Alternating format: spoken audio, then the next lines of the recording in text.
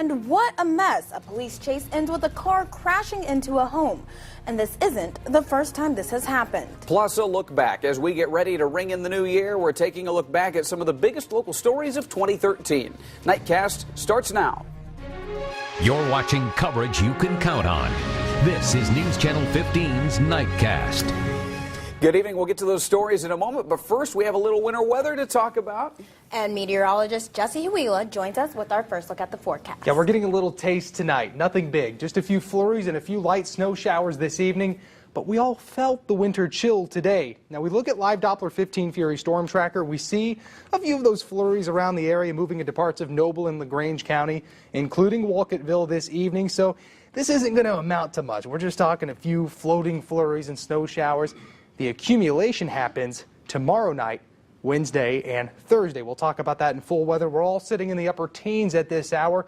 I'm going to have the latest details, timing, and snow expected amounts in the full forecast, so make sure you stay tuned in. And we'll talk to you then, Jesse. Thanks. For close to 20,000 families in Indiana, the check won't be in the mail. Over the weekend, long-term unemployment benefits for more than 1 million Americans officially expired. Democrats have said they want the extended benefits to continue, but Congress dropped them in a recent budget deal. The program costs more than $26 billion a year. Many of those 20,000 Hoosiers off unemployment may think they're out of options. But today we talked to 2 local agencies that are working to decrease the unemployment rate by building skills. They say there are jobs out there. People just need to learn how to sell themselves to get them. People master soft skills as a gateway to employment. But it's the lack of soft skills or personal traits and habits that are useful in any work environment that some nonprofits say can hold people back from finding jobs. It's kind of surprising that some of the soft skills and the deficiencies in the soft skills still exist. And those things can include things like showing up late for an interview. When I sat down to talk to leaders with these organizations, they told me many people don't know their own skill set. Soft skills are the skills that you can take anywhere with you. They're transferable skills, and those are the skills that are most important to the employers. Blue Jacket staff say an important soft skill is a good first impression. That's why they have an entire store dedicated to helping people dress professionally. It's often because no one has ever taught them what is expected of them, or they have had a hard time bridging the gap between the skills they do have and knowing how to market them. So that's what organizations like Blue Jacket in Northeast Indiana Works try to teach. A resume, they know how to fill out applications, they know how to do cold calling. All skills they say are necessary to have or either brush up on, so people can be more in control of their employment status. The time is now.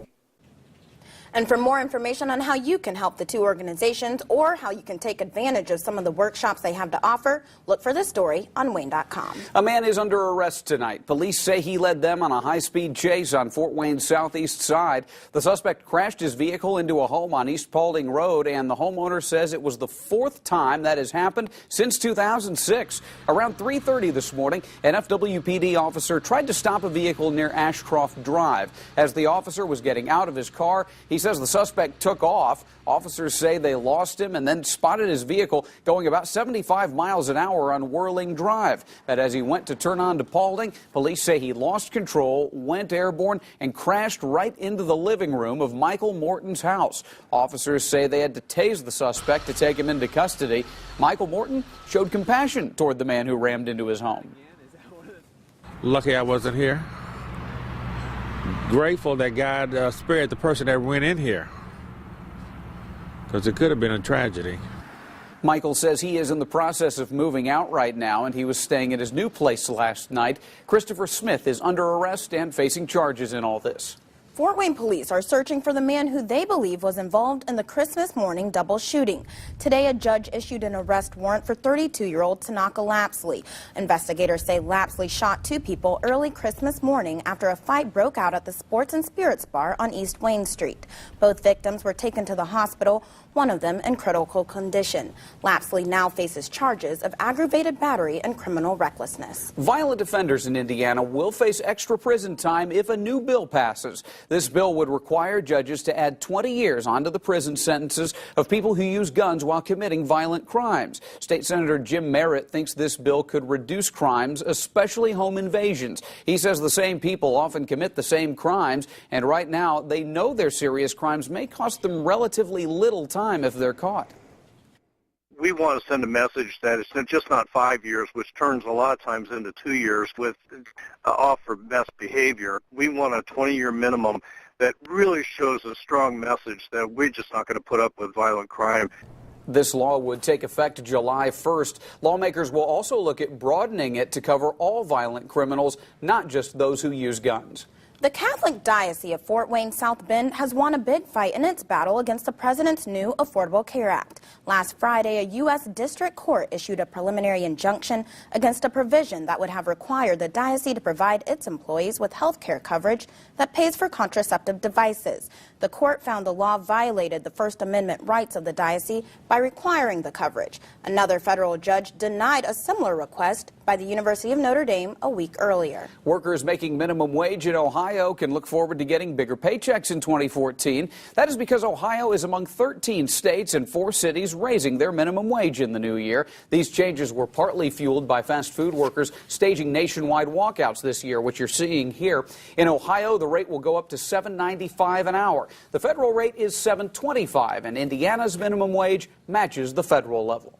A woman in central Indiana is facing felony charges after holding a man against his will inside a trailer and using a box cutter to cut off part of his penis. Investigators say Saturday evening, 35-year-old Benita Lynn Vila of Franklin smoked some marijuana and then started accusing the 18-year-old victim of molesting her 2-year-old son. Vila then allegedly locked him in her trailer and repeatedly tried to stab his penis with a fork. When that didn't work, she switched to a box cutter. The victim was taken to the hospital. Vila was arrested and is now being held on a $28,000 bond. Still ahead here tonight, 2013 was a busy year, chock full of news.